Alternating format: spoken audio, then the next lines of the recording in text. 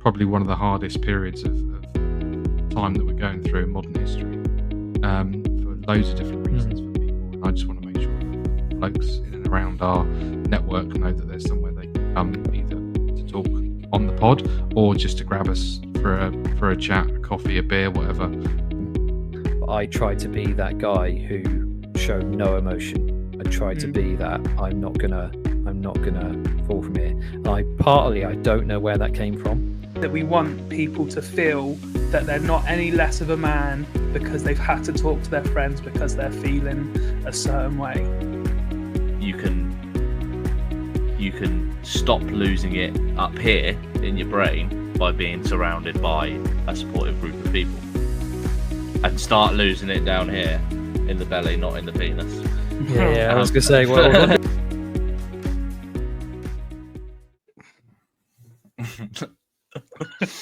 it's like that news channel. Oh yeah. That's staying in. Right, when you're ready, you can count yourself in. I mean, the kiss curl on the front of the fringe is on the front of the forehead is just nailing it. So I'm a big Superman fan. Yeah, keep that. Right, count myself in. 20. If you want. 19.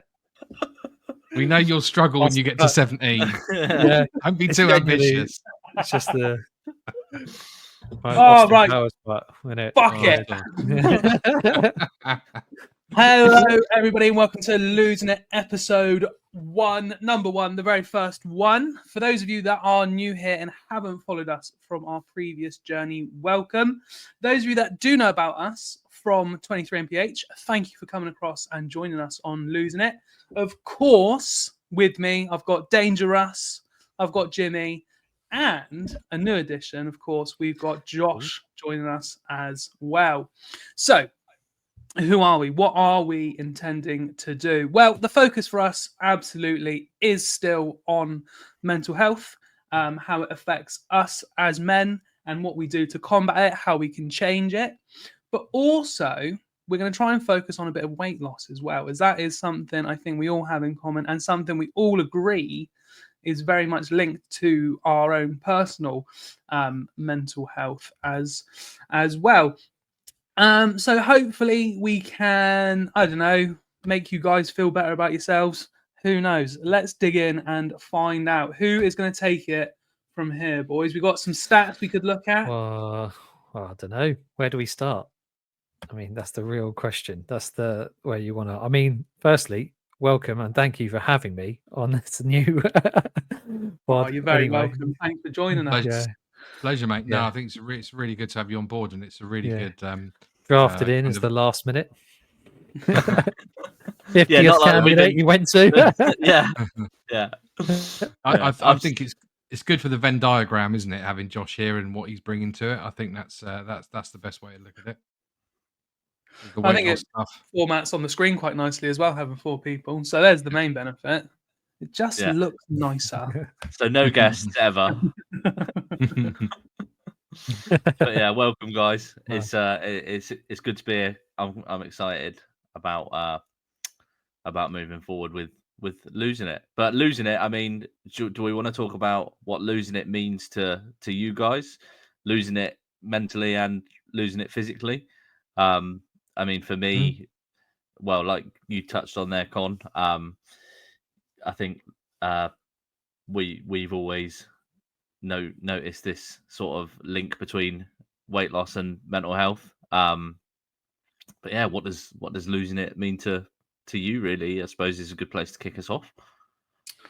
Losing it to me. So a big thing for me going forward, I really need to lose weight. Really, I'm so close to hitting my 20%, but it keeps evading me. It's been really tough these past couple of weeks because I got down to 116 kilos, and then I'm now back up at 118. So it's quite tough. And again, going back to the mental health, it's tough going from being 2 kilos away from hitting my target that's taken me months to get to within the space of 2 weeks, jumping back up to 4 kilos where I was, before the summer.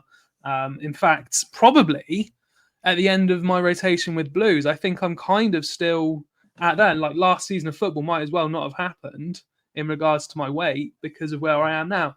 So that ticks me off quite a bit. That's something that makes me lose it, is sort of how hard it is to lose weight, but then how easy it is to put it back on. And for sometimes reasons you don't even know. I feel like, I think Steve must think I'm bullshitting when I walk in and go, I've had a good week, I promise. I've been really good. I've done everything I should, but for some reason I'm up nearly a kilo for 2 weeks on the trot. So yeah, that's what losing it means to me. Oh, very good. I mean, should I just move on? I mean, I'm happy to say what I think. Well, losing it for me is a weird one because I've obviously come from a very much a weight loss discussion on this before. So very much losing it in terms of weight. I think we're all here. We're all in the same boat. We're all part of a similar thing to do that. But the other part is, for me, it's losing it in terms of losing those doubts, losing it on the mental side. It's losing those doubts in myself, losing anxiety, if you can ever lose that. And let's be honest, losing that kind of thing. And that's the general gist for me. I've been up and down on weight, and I'm glad you brought the fat guy along to talk about the weight side of things.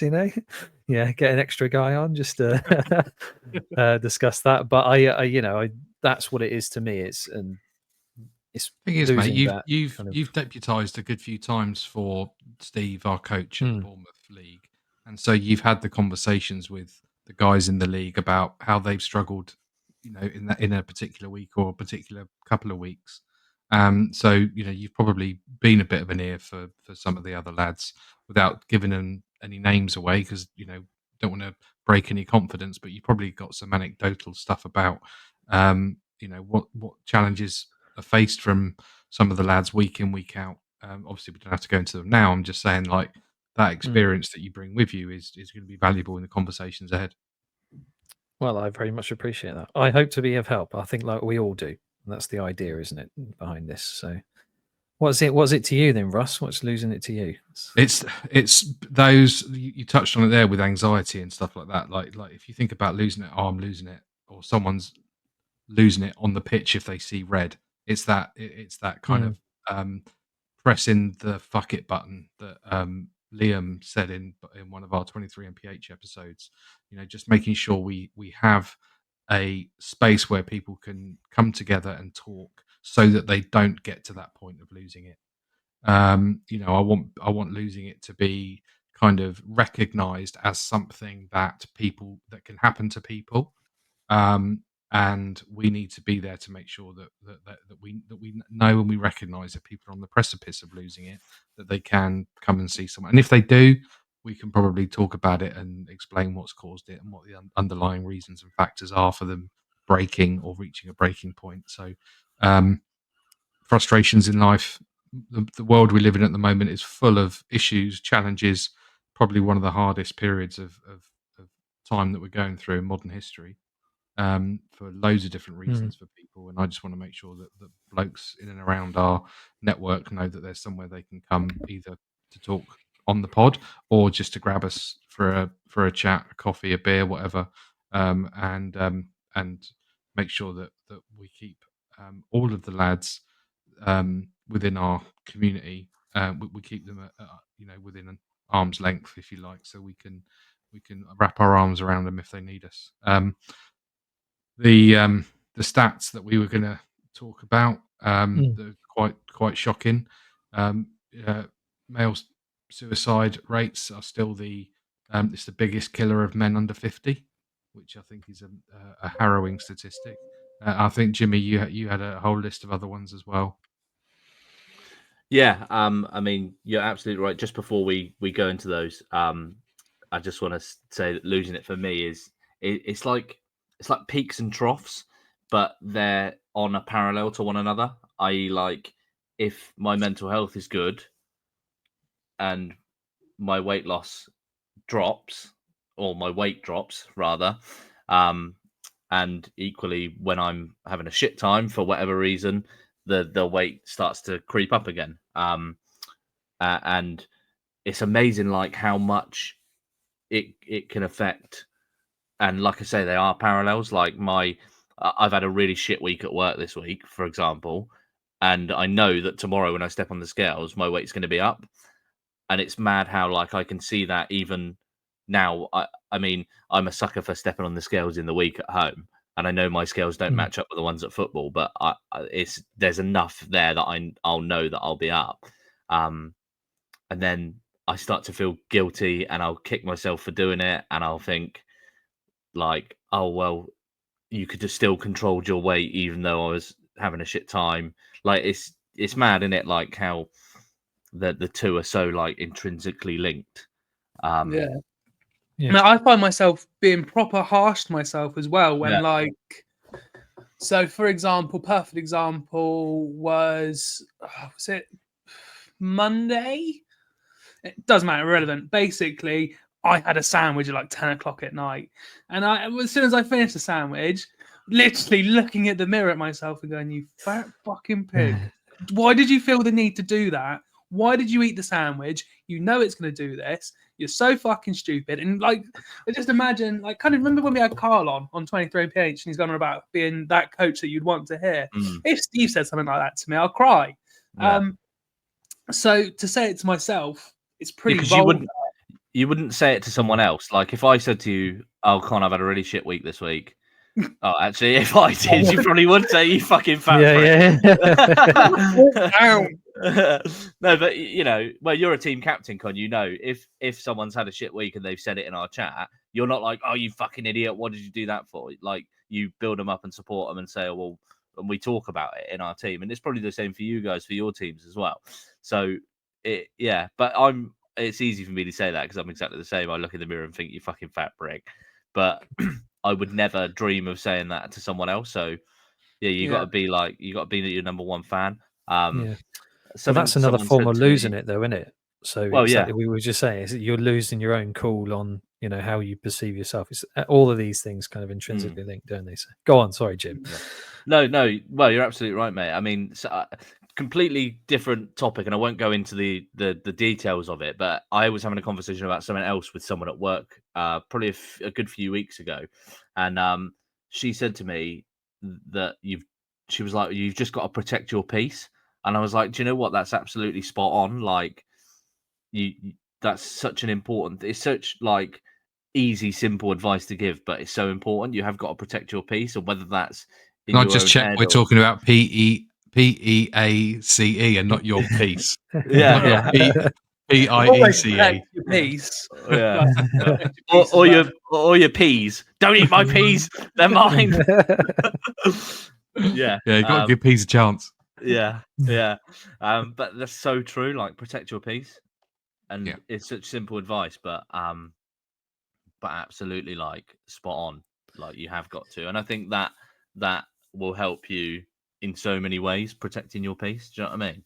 Yeah, and for people to not feel guilty about protecting their peace as well. Yeah. You know, because perfect example. I think maybe the other day, and I hope you don't mind me sharing it, Jim, but you messaged me and said, "Are you about?" and immediately followed up with, "I'm not suicidal. Don't worry," because I like to think you sent that second message because also you're aware of what like trauma dumping on people can feel like for them. So it's interesting. So yes, protect your peace. And when someone is trying to sort of create that bubble around them that they can't deal with other people's drama right now, is that to understand as well, it's not personal. Like, this person doesn't want to listen to it, not because they don't care about you, but because they can't take that on board their shoulders as well. Or in your case, you had 30 seconds left on the microwave for your dinner. Coming back to the whole dinner. Yeah. But yeah. Fuck's sake, Jim's throwing a wobbly. Keep that in the microwave. You're right, I've had to get a takeaway now. Yeah, it's your fault. Yeah, you're protecting your peace by just calling me a prick for making you make the wrong decisions. Yeah, when it comes to weighing, I just absolutely trauma dump on Steve and just be like, Yeah. "Oh, Steve, I had like 5 McDonald's." Jim had a wobbly, so I ate. Yeah, I'm eating Jim's feelings. Yeah. Yeah. But the other thing I'd like to do on here as well as we progress is I'd actually like to kind of celebrate some small wins if we can. Like Yeah. Lose to Win, the podcast which we got Josh from, was also about celebrating good achievements in weight loss, etc. And even if it's small wins, like last couple of days, we've had some absolutely banging dinners that we've got from Jamie Oliver's new TV program about Eat Yourself Healthy. And we've had some absolutely banging, really, really healthy dinners. So stuff like that we could share of trying to inspire other people to, it could be ourselves to inspire each other on here, but also people who might be listening or watching to maybe make some other decisions that could benefit them. And so yeah, I had a couple of really decent, well thought out meals this week, and I feel better for it.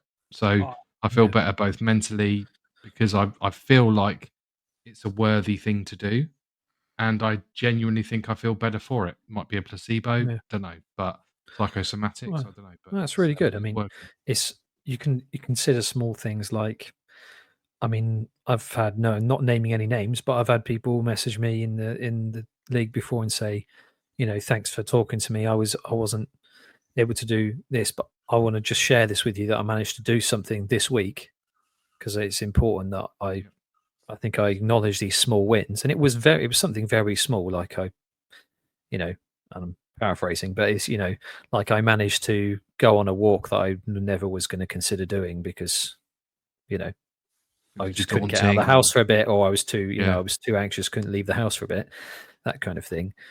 And and just to share those kind of things with people. Well, And those small things are extremely important to kind of go back and forth and talk about.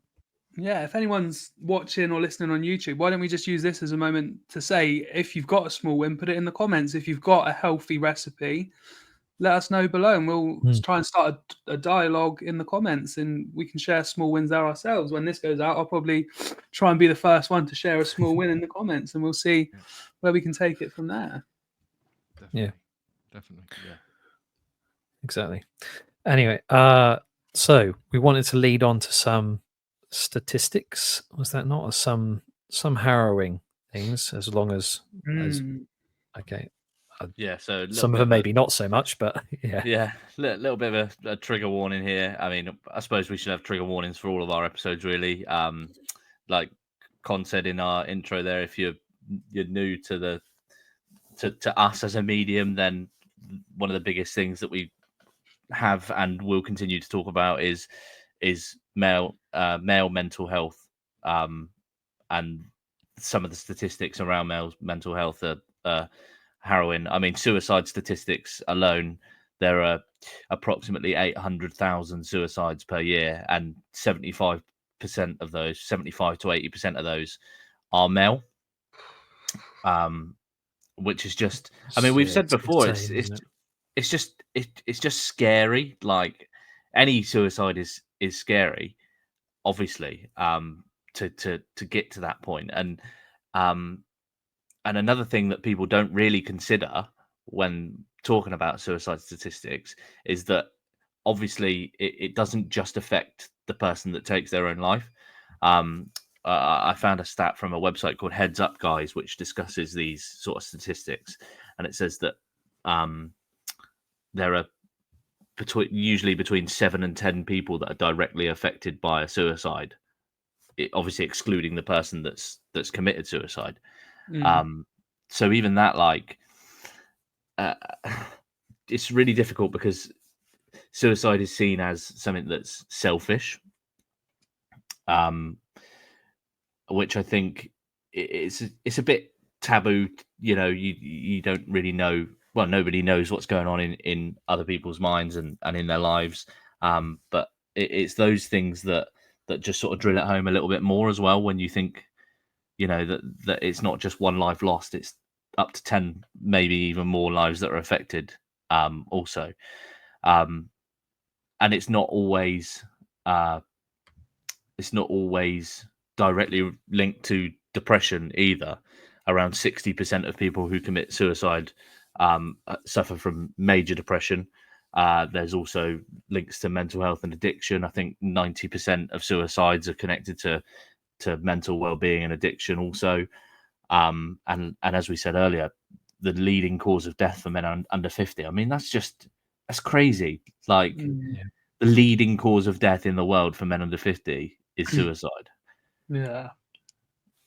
It's just You'd think it'd be something like car accidents, or I don't know, something like I don't know how to word it, because obviously suicide is tragic, but like, I don't know, for men under 50, in my mind, I don't know if it's because it's diluted by celebrities, like for example, James Dean was in a car crash. You know, a lot of people that are in the spotlight are, yes, drug misuse and overdose, but I feel as well, or maybe it isn't this case, but just that when I hear that someone young has died, it's not suicide that comes to my mind. I don't know. It's just crazy. Well, the original thought, I guess, would be something like an accident, a car accident, or been involved in something that's just completely freakish. But then when you consider that, the argument's sake is the default to assume suicide first. And that's how tragic kind of it comes, that's how tragic it is, really, isn't it? Is that should that even be considered the default now? I know. It's just, yeah. Well, I don't know if it's something that you wanted to touch on, but you mentioned to me something from a website called Heads Up Guys. Is that correct? Yeah. Previously, beforehand. Now, I'm happy to read just a small snippet from that. We could take it in turns like we're back in school. Well, we could do if you wanted to. I'm happy to read at least the first sentence. And then I'll read one. It's around the global disparity in suicide rates between men and women is quite a well-documented phenomenon. I think we've mentioned before, with men consistently exhibiting higher rates. So this disparity is attributed to a complex interplay of many factors, which I'm hoping Con can continue with. Okay. Just sort of proofreading. I am going to chuck in another trigger warning here because it is a bit graphic, but it goes on to say, while men tend to use more lethal methods of suicide, e.g. hanging and firearms, they are also more likely to die during any attempt, meaning that the difference in methods alone does not explain the vast discrepancy in suicide rates between men and women. Other factors such as substance use, severity of underlying illnesses, loneliness, and shame must be considered as contributing factors to the elevated suicide rates among men. Together, these findings highlight the need for targeted interventions and public health initiatives to address the unique challenges faced by men in relation to suicide risk. Bryce, what do you think about that then? So I'm just rereading it now so I can wrap my head around what it means. So I'm guessing there have been arguments made that the reason there's a higher suicide rate of men over women is a common argument would be that so it says while men tend to use more lethal methods of suicide, I think the common argument is that men tend to be a little bit more definitive. Yeah. And is that the argument here? Is that methods they would use would be they get it done. And whereas women I think if there's used, for example, something like toxins or medication overdoses, that kind of thing will probably be more leaned upon. With women as well, I think there was I can't remember, something that I read was quite a high rate of self-harming risks, that kind of thing, that kind of attempt. which Yeah. So may be in may not be as as effective. yeah, This is but a then horrible way to put it. About Yeah. effectiveness of doing it. It's yeah, but I think that's the point and he's trying there's to the make other one here is that that's not on there as well is also kind of the one that we know sadly large volume of men will throw themselves into traffic or railway lines and stuff like that which I just think is just so bad for everyone involved. That is, I mean, that to me just beggars belief in terms of the we're talking about the impact of other people. Yeah. You know, anyway, emergency services, train Well, yeah, it drivers, feels bus weird drivers, to kind whatever of- people involved, the members of the public. feels weird to kind of have have a go at people that have attempted suicide and succeeded by jumping in front of trains and traffic. But it is selfish. Imagine being a train driver, just a normal day at work. Imagine what you do now is your job, and then all of a sudden, because of something that you are in charge of, they are in charge of the trains, but they can't stop it. They're going however fast. Brakes aren't going to do anything. But just imagine being at your work and through something direct of your actions has killed someone. Hmm. And they get a huge amount of training on it. And but we were talking about it at work the other day, coincidentally, and apparently there is a threshold of any driver that's had it happen to them 3 times means they are allowed to take retirement. Such is the gravity of the psychological impact. Well, That's yeah, I mean, the addition mad. to that, of course, then is that you have the psychological impact it has on the people that it affects, and then by the nature, if hypothetically it's a male train driver, then you would have the other effect of it potentially causing their suicide later on if they could not manage to if do they it. I'm not couldn't shake suggesting the that's a feeling. definitive thing, but yeah, it's obviously then that kind of knock-on effect as well, I would surmise, It's a potentially. crazy thought path to go down. But that training, I mean, it's scary that they even have to have that training in the first place, and to have that mental health support, so to speak. But just to finish up what we found on that Heads Up Guys website, there was a study that, according to a meta-analysis looking at 20 studies across North America and Western Europe, less than 20% of men, so less than 1 in 5, had actually had contact with mental health professionals in the year leading up to their suicide, compared to 35% of women. So it's just about, having those initial conversations can quite literally save lives. So yeah, it's scary, but we want to break down those real connections and the highs and the lows and the silent battles that we have, and that's why talking about them together, whether it's us, whether it's on the sidelines on a Friday night when we play football, whether it's just with your mates in the pub, like, it's just so important. I mentioned before about my mate back in Woking. He hanged himself, one of my best mates from school, and although we were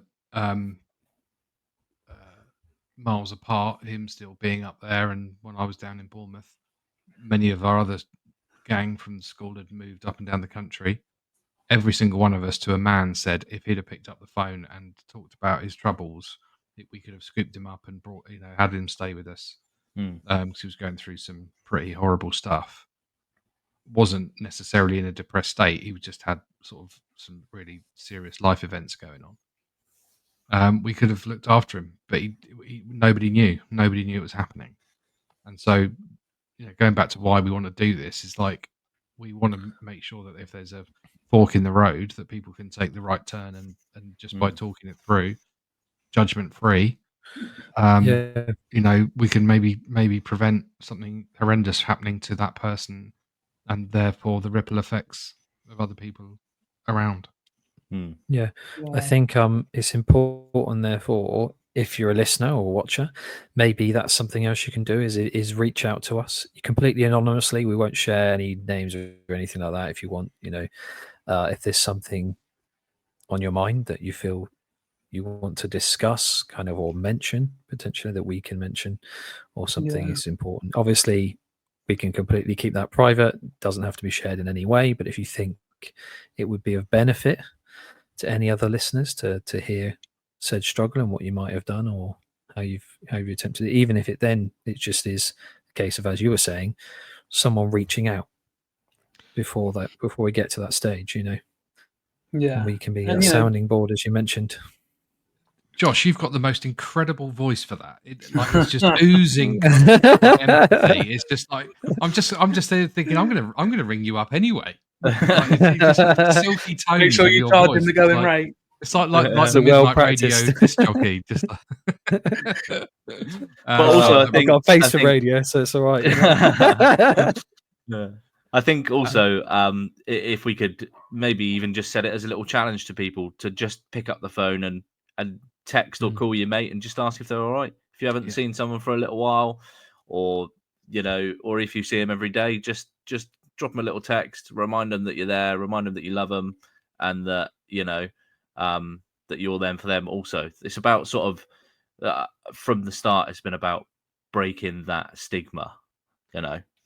Yeah, we're not that therapists. We just want to get rid of that whole I can't talk to my friends about how I'm feeling because I'm a man. We don't have, definitive answers. We don't have degrees. We don't have books that just say, "Oh, you're feeling this, do this." If you do feel better from listening, that's great. But I would say the main thing here is that we want people to feel that they're not any less of a man because they've had to talk to their friends because they're feeling a certain way. So all four of us were lucky enough to go to the Man v Fat Awards earlier in the year, and this is a countrywide issue. Like, we were quite blown away by the amount of teams, or groups of leagues of Man v Fat up and down the country that were doing initiatives around mental health. And Josh, you'd been up to a previous award ceremony, and you said that this has become more and more prevalent Absolutely in the years. So this isn't just a kind of local or regional issue. This is definitely countrywide. And so anyone who is of the Man v Fat League, beyond just the Bournemouth lot, who want to reach out, drop something in the comments and we'll see if we can connect as well, or through Instagram or for whatever reels or shorts or whatever that we're going to put up. Then reach out and get in touch. I mean, I'd love to be optimistic and say that there is very slow progress from things like Man v Fat in understanding that life in general, let alone things like weight loss, is a mental game. And ultimately it's, how you perceive things as to how you enjoy things, but also then, how your mind can affect you in ways that can harm you as well as help you. And I think ultimately I'm hoping that things like Man v Fat are pushing much more in that direction because they understand that it's essentially the thing, it's the be all and end all. So you get on some level, maybe I'm being over dramatic, but no, not at all. You do get a boost from being surrounded by a supportive group of people. Like it boosts you. I mean, Man v Fat itself, just as a concept, is fantastic. But you can stop losing it up here in your brain by being surrounded by a supportive group of people, and start losing it down here in the belly, not in the penis. I was gonna say, what you meant then, mate? I was watching something the other day about I don't know if it's called Man Shed or Men Shed, that originated in Australia or New Zealand because there was a clear decline in the mental health of older single men, and they wouldn't open up and they wouldn't talk about what their problems were. So they created this Man Shed thing where they would repair stuff, almost like the repair shop. And in doing so, just by having a shared activity, they would talk about their issues, like whilst they're like fixing something. Yeah, I think I've seen this because I think I've seen it on Facebook where it wasn't tailored to old people, but like in the pictures, it looked like just like a bunch of granddads like together in a workshop, just like, like you say, just working together to fix these odds and sods, knickknacks, whatever it was. But yeah, funny you comparing it to the repair shop made me remember it. Yeah, well, I think that was that. It may not have. Maybe it was like an overlap of the two ideas, but this one particular initiative saw a huge improvement in the mental health of that cohort in that area, and they all It's of like a sudden medicine. felt- absolutely, absolutely, and the actual sort of hobby element of it kept them coming back, kept them. It might be the male brain wanting to tinker, wanting to play around with stuff as well. Maybe that the mental health was a almost like a side benefit, but they, just the ability to converse over a shared activity. And some people might just go along and just have company and not need to be talking. Do you know what I mean? And I think we get that sometimes with Man Be Fat. Sometimes there are nights I'll turn up and I won't be particularly out there and vocal and chipper, but really enjoy it and get something from it anyway. But you can't. The thing is, you can't hide away with them boots, Russ. No, that's right. Them No, highlighter boots. With boots like that, I should be able to do a bit. Only I can't. So it's. Hey, that's what I've There we said go. forever, mate. But doesn't get any better. People just kick you more. That's what it is. I love the social element of a Friday. Last Friday, I was there, and the sort of warm up from 7:30 till 8, where people will just be on the pitch, like just pelting balls at Ryan if he's there, or anyone willing enough to go in goal.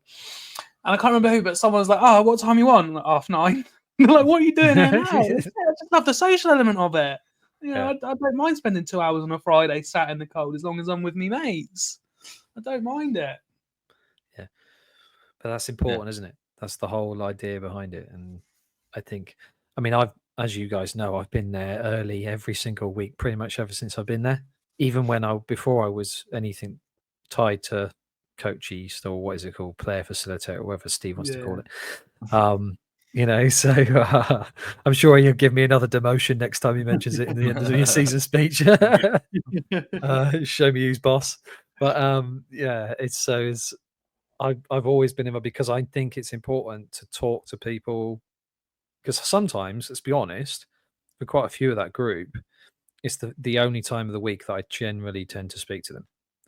Now, as we were saying, maybe that's not the thing. Maybe it's important that we reach out and do, especially people you think who might need it more than others during the week. But it's that one time of the week could be that moment, that connection where people force themselves to come down. I've had moments, I think we've all been here, where I was really not up for it. I've come down and I've really enjoyed it. And I've immediately thought to myself, why did I even consider not coming? Probably because you had to face the purples.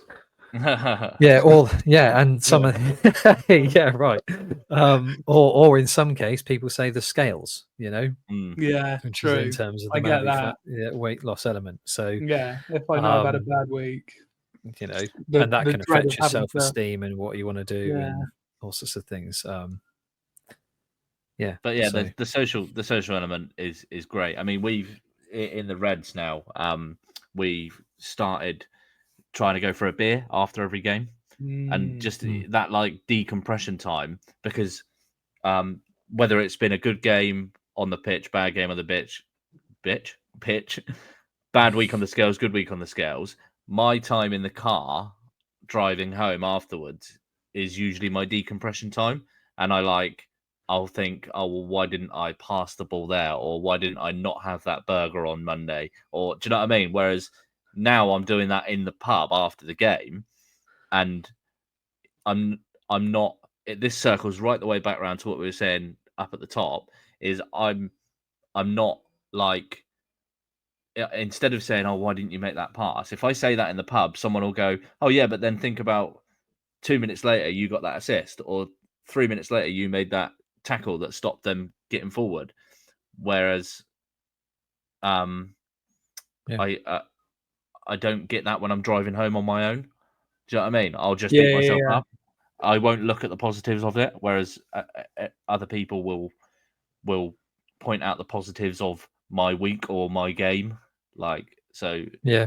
yeah. So so you've moved your decompression to your own head, from your own head to a group collective thing, because you're around everyone else, and by the virtue of being around everyone else and having those conversations, you've alleviated that your own mental pressure, Yeah, 100%. or at least the pressure you would put on yourself, at least. Because even if, as you say, you may have things you think, oh, I mean, some people have said to me before, why would you think that, where I've got a little bit insecure about something I've done on the pitch or my week in general. So why would you ever think that when I'm sat around everyone else and that's mentioned to me and I'm kind of just talking it out, it doesn't, I was thinking, well, why did I even think that? Yeah. But I know that if I got in my car and drove home and I hadn't spoken to anyone about that kind of thing, I would have no sounding board. I would have no one there to reassure me. And sometimes you need that. Sometimes it's really important. You feel less alone as well, because Yeah. other people will say their own thing. You sort of forget when I'm just driving home, I forget that I'm not the only one on that pitch and I'm not the only one on this journey. Like, but when you're there and you've got that sounding board, exactly like you say, someone will big you up, and then they'll say, oh, well, I could have done this, and then you'll do the same to them, and you rebound off one another. And ultimately, regardless of, even if we don't talk about the pitch or we don't talk about the scales, I just enjoy spending time with my team and the people that I'm surrounded with at Man v Fat. Like, I just enjoy their company. So having that time after the game is really good. That's really good to hear, because I think we've all had moments of doubt as to whether we want to sort of keep it up for whatever reason. It could be financial, it could be motivation, it could be weather, it could be life events, whatever. And I think all of us have been around long enough to know that you ride out those blips, and actually it's not a straight line. It is an up and down line, but the trend is always on the up. Yeah. I mean, I saw a really interesting graphic recently, which is it was like a circle, and it said, this is how you think you're going, and it was going round and round in a circle, and then it said, this is what's actually happening, and it flipped it, and it was a spiral on the up. So you were still going in circles, so to speak, but it was rising. Do you know what I mean? Yeah. That's a good way to look at it, really. A kind of, in a weird way, slowly never really considered that. Yeah. Well, if you just got to change your perspective. Yeah. So yeah, that's important. I was going to ask you a question, actually. It's more of a prompter, for just as something that I think is, we will come to a million times. It's not a would you rather question, I hope. No, it's not a would you rather question. Thankfully, it's actually something that you've come to discuss previously on 23 MPH, and we've previously discussed on Lose to Win, is about why you think men in general tend to bottle things up and not ask for help, and why is there that pressure essentially to be or look a certain way or feel a certain way or then act a certain way. And that kind of, we did the pressure side from the Lose to Win, but I know from previously talking to you, it's why the bottling up is more of a 23 pH discussion. Well, it's a sign of weakness if you express emotion to like the crying in public type thing. Like, men don't cry, because if you do, it's a sign of weakness. That's like the just see me watch Forrest Gump, mate. Yeah.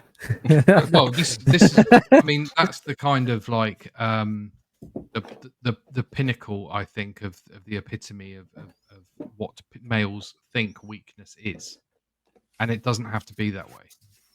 In terms of bottling things up, I think that a lot of men think it is weak to show and express how you feel. And actually, it's a strength to say, I need help. And Simon Cowell talked about it on a Diary of a CEO episode that we spoke about. And actually, it is a sign of strength to say that I need to talk to someone, and these are the problems. But bottling it up, I think, there's got to be some kind of evolutionary explanation. I'm buggered if I know what it is, other than the male ego. Yeah. Yeah, I mean, go on, sorry. Who's going? I was going to say, I think Bolling Up is kind of literally. So the other day on Disney Plus, they've just added a new Marvel film called Thunderbolts, and in that they make a joke about bottling things up.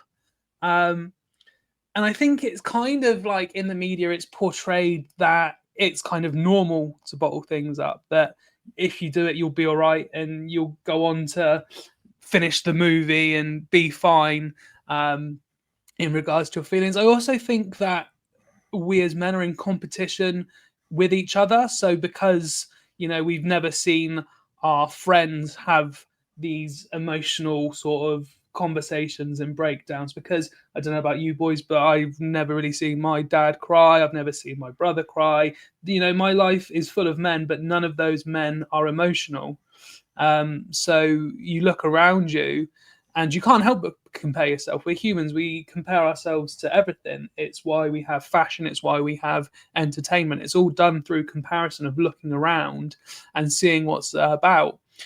So I feel that in regards to bottling it up and why it happens is because the role modeling around us has failed in regard to how we process and present ourselves. Yeah, I think you're right. I mean, I think there's an element of stoicism that is needed in certain roles and in certain scenarios. We have to show an element of leadership of a household when we're navigating through tough times. You want to be seen as someone who is reliable, to be called upon to steer the ship. And so there will be times of needing that stoicism. But exactly to Connor's point, there are times when actually you do need to show from a point of leadership that it's okay to be vulnerable. Yeah. I think it's strange because I think it comes down to kind of a traditional value, isn't it, really, of what a man should be. I.e., the stoic, the breadwinner, I don't know what another way to put it, really, other than like the commander in chief in a weird way. Head of the household. Head of the household, that kind of thing. And I guess, as you were saying, any weakness shown in that kind of discredits that position, or supposedly is supposed to traditionally would discredit that position. Yeah, and if there's been a scenario of perceived failure, that's going to resonate even more because of that. Yeah, so it's about taking on responsibility and leadership and things like that, all of which I think are important, by the way. But within that, you've got to have room for yourself to be able to feel things and express them. And, I think that's, as we've always mentioned, hugely important anyway. So. Yeah, and have you boys heard of? So you've got the male gaze and the female gaze, not the LGBT gaze. Gaze is in looking. Yeah. So you've got the male gaze and the female gaze. I love female gaze. So I think a lot about that. Check my search. Russ, why are you searching for your passport at 2 a.m, mate? Get yourself a VPN. So, as men, I think we'll often try to show ourselves as being this dominant, straight figurehead because we're trying to live up to the male gaze. It's like action films are full of guns, violence, men with massive muscles. Love it, but that is for the men. Like that, it's not women that will watch these films and go, "Oh, that's lovely." It's men watching these films and going, "That's great. I love that. That really appeals to me." So when we come to our mental health, we're very much trying to combat the male gaze, when in reality, I think we could take a lesson from the female gaze and take a step back, look at what other people around us are wanting to see from us. Now, obviously, yes, there are going to be men and women that still believe in these, strong breadwinner views. But one of the great things about the modern world is we are changing, and we're changing rapidly. and hopefully it's something we're contributing to here, is that we can perhaps reshape that male gaze and change what it means to be, comparing yourself in that field. Yeah, I think I was going to say, slightly going back to previously we were saying about kind of, I lost my train of thought, being stoic and kind of not you were talking about how important it is to make sure that you show some vulnerability. I say so, not important to show it, but where you need to. And we were talking about how that's a massive strength, and how I always kind of find this a strange thing. I'm kind of losing my train of thought. I apologize, but I've just remembered something that I thought was quite pertinent. My uncle passed away last year or the year before. I think I can't remember now, to be honest. That's quite sad to say. And it's the first time I'd seen my dad cry, like properly cry, in 20 years, I'd say, probably close to 20 years. And you know what I tried to do when I was there at his funeral? I tried to be that, and you can argue with me whether this is important or really unimportant, whether it's not the right time, but I tried to be that guy who showed no emotion. I tried to be that I'm not gonna fall from here. And I don't know where that came from. I was kind of just like, I felt almost like I was that's just who I should be. That's what I was always taught to be. But I've never felt like I've been taught to be that in my life. I'm quite lucky, Yeah. I've never But you felt still like felt the need to do it. still felt I need to do it. And that's where you going back to the evolutionary standpoint, Russ, and where that kind of comes from. I'm in front of a lot of family who I haven't seen in a long time. Is it that I don't want to be seen to be weak? And I think then also I realized that during that thing where that's not important. It's more important that I show this because it's a risk. It's a what you might, some people consider a huge risk to show that. Some consider it a failure, maybe, and that's maybe where we're going wrong here. But others would consider it's the bravery, essentially, isn't it? It's a risk and bravery to do it, which shows the strength. And so I ended up breaking down, to be honest, and that's not trying to show my own bravery, but mainly just because I couldn't see my dad like that, because I'd never seen him like that. Yeah, I mean, if you're at a funeral, if there's one place you're going to see people cry. Well, exactly. I like to think so it's not, maybe not the best.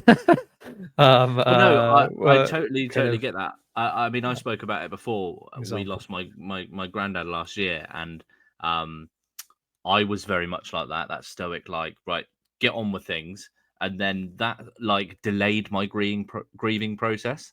And it's like, I think I said before, I was grieving like 2 weeks behind everyone else because I just wanted to, like, something in me intrinsically or evolutionary I can't say the word, you know what I mean? It was like I was like, right, get on with it, and then do your, almost like I felt like I had to do my grieving in private, which is wrong, like, and behind everyone else, because I wanted to sort of be that person that stepped up and helped out in the immediate aftermath of what happened.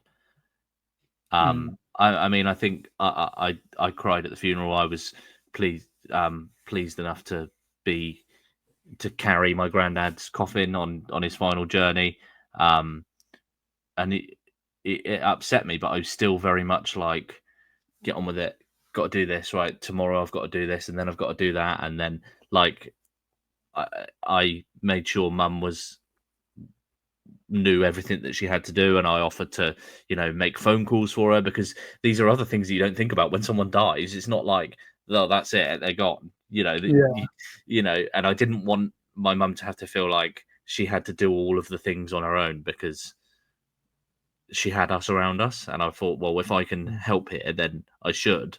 But then, like I say, that almost delayed my grieving process. Almost, it's strange. Yeah, I'm sorry to throw that example in there originally to talk about grief. I'm sure that's something we'll come back to in a future episode in more detail. If It's massive. if we're It's willing. a huge topic. Yeah. But grief isn't, as an emotion, isn't always necessarily the loss of a person. It could be, you can grieve a relationship, you can grieve a work role, the things in the life events that lead to grief-like emotions can be many. So, we need to sort of be aware that some people can go through a life event that from the outside could just seem like, oh, well, everyone deals with that. But to them, it could be as serious as grief. For example, a redundancy, a divorce, a child being seriously ill in hospital. Those kind of life events can be as bad as someone grieving for something. Yeah. Or as we were saying, emotions. Or as we were saying, someone who is subject to someone else who's committed suicide in front of them, or to, like that train driver as an example we're going back to. Grief from something like that. Yeah. So anyway, as I say, grief wasn't necessarily the subject I was I'd planned to discuss right now, but I think it's kind of a good part of the kind of thing that we'll obviously want to discuss moving forward with this podcast. I think among many of the other things we've come round to, in whether it's self-esteem or that whole breadwinner mentality that men tend to face and bottling it up, and then it's kind of linked to weight loss and diet and with confidence and all these kind of things that affect your day-to-day life in general. So yeah, absolutely. I mean, it's easy to say weight loss isn't just about the scales, and mental health isn't just about the mind. The two of them are connected, and when we share those struggles, we lighten the load of both of those. And exercise. So the actual feeling of sort of some kind of sort of sound really wanky, but some kind of like aerobic exercise, how you feel afterwards is always better. You always feel better after you've done something. Exercise is medicine. Yeah. Yeah. Well, I don't know. I was reading it off a prompt, mate. So you're gonna just it was just listed, mate. Yeah. It's true. Well, it's true. It's true. Modern life is so easy to just get in the car. Can you swap that out for a walk? Can you go for a brisk walk? Can you go for a jog? Can you take the bike out? All those kind of things that may help you. Dog walking, anything like that. What can you do to feel better? No matter what it is, you will feel better afterwards. Well, I always think, and I'm sure these are all things. Sorry, Josh, go on. Oh, I was just going to say, I always think it's a case of doing something is potentially better than doing nothing. I don't know if you guys agree with that as a general overall sentiment. But something that I struggle with sometimes. I'm not gonna lie. I sit in the house in an evening, but I can get out and go for a walk, or various other things. Be social, as we were mentioning how important that is. Doing something, I feel sometimes is not always, because there are instances where doing nothing is important to rest and recuperate and reset your mind, maybe. But I think on average, my opinion at least, is doing something is more important than doing nothing. There's a saying on the other side of the pond that sort of gets chucked at YouTubers who end up sort of just ranting at the screen and the camera, which is just go out and touch grass. and that kind of sounds so basic. Oh, what's this stuff? Oh, it's bloody grass. Right, that's it. Turn around and walk back in again. But actually connecting yourself with the outdoors and just doing something, or disconnect yourself from media and electronics, and just go and just have a walk around the block, or just do something that will just sort of just shift your mind. It doesn't have to be anything massive. Yeah, we say that, by the way, with understanding the irony that this is media. Exactly. Please don't switch away from this. But then please afterwards, feel free. Yeah. Well, I definitely think I need to sort of give myself a kick up the arse and rearrange a couple more walks or social events as a group. That's things that will be upcoming. I think we're going to have just coming back to our podcast as the medium. We're going to have a few more sort of regular features. One feature that I'm a little bit gutted isn't going to be coming over though is Josh's FPL tips, because that was pretty much what got me through last season. So maybe me and you will have a couple of conversations privately about that, Josh, so I can Sure. Yeah, absolutely. Well, I think it's important that we when we're talking about some features, obviously going back briefly as a reminder that please get in touch with us if you feel that you need to in any way for any reason whatsoever, and if you have anything you want to share or you want like us to share completely anonymously if you wish as well, please let us know. If it's just a small win, we'd love to share that kind of thing. I think it's really important for us just to hear. So small things like that will be coming your way on a semi-regular basis, I would hope. Absolutely. And, just throwing some ideas out there on the mental health side, I'm more than happy to dive into conversations around money worries, financial issues that people are struggling with. And, things, things like gambling, alcoholism. My screen keeps throwing up these stupid little emojis. How'd you do it? Did you just? I think it's on the Apple computer. I think you get mine won't recognise my thumb. I've got a little baby thumb. Certain gestures. Oh, there you go. So that was for those listening. That was a whole load of balloons. Get a Mac on fucking finance. You can do shit like that. And I think that's fireworks. There we go. But we don't want to make sure that it's raining on people. We want to make sure that we keep people uplifted. No, so things like alcohol addiction, drug addiction, gambling, and other fun things we will also talk about as well. So some ideas there. Yeah, I think it's the idea is to try and pick some topics per episode, isn't it, and move forward and kind of go a little bit deeper into them. Obviously, if we've got potentially any guests, fingers crossed, obviously in future that might be able to speak to those specific topics, that would be awesome. Absolutely. And we may also see the re-emergence of the shed if we do more. I've never been in the shed. Well, there is a chair with your name written on it. You better have a bloody engraved name written on it, I tell you. Might have to remove the 23 mph sign, but or order a new totally sharpied over or something. So that could make a reappearance as well. Although if we had a guest on with 4 of us already in there, we may have to we'll make them stand up. or just lie across the coffee table. Oh, brilliant. So I think it's been a great first episode, lads. Yeah, very much so. Agreed. Very good. I think we've covered quite a lot of what we're going to move ahead with, haven't we? Losing it as a potentially losing mental health worries, losing it in terms of weight, and losing it we can discuss in terms of maybe breaking down as such, maybe for lack of a better term. So that's why we've covered it that way, and much of the more to come. Yeah.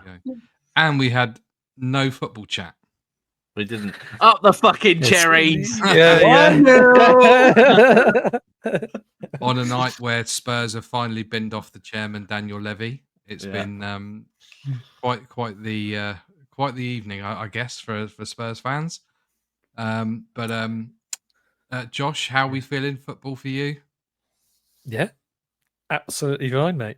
No problems whatsoever. And there actually is no sarcasm in that at all, even if there was a hint of it. Genuinely unmoved at the moment. Fine. And I guess you'd take that. Yeah, mate. Seriously, that's not fucking boring. That's not very good content, mate. If you're, well, that's the thing, isn't it? That's why I think any podcast involving me that had any football discussion would not go far, because I'm just not radical enough. Get Jack Hater on there. Mate, name drop him in there if he's listening. Tell you how Arteta should lose his job tomorrow. Jack, 2 teams hater, you mean? Yeah. Well, I can be tarnished with the same brush, mate. So you're fine. Well, yeah, this is very true. Yeah. All Well, right. lads, don't forget to like and subscribe on our new channel. Yes. Yeah. And check on your mates. Check on yourselves. Absolutely. When I say check on yourselves, I don't mean in the shower, Russ. No, we should be. Well, do check on yourself. Absolutely. Yeah, we should. Yeah. Yeah, absolutely. Yeah. I think I got a small little line I could use. I wonder what you're going to say there. No. You got a line? Kind of line. Yeah, not kind of line. I think it's important to avoid those kind of lines. So talk heavy, feel light, and remember the heaviest thing we carry is silence. Ooh. Very much. Oh, that hit hard. The heaviest thing we carry is silence. It is. Well, thank you very much. Well, there's some people in this world I wish would carry a bit more, but no, joking. All the women out. Should we just make sure that we just say you got something in the corner that says "joke upcoming"? Yeah, exactly. Yeah. It's a particularly heavy one. In case Keir Starmer's overlords are watching us for any free speech violations. See you in jail, boys. All right. Thanks a lot, everyone. It's been a pleasure. Goodbye.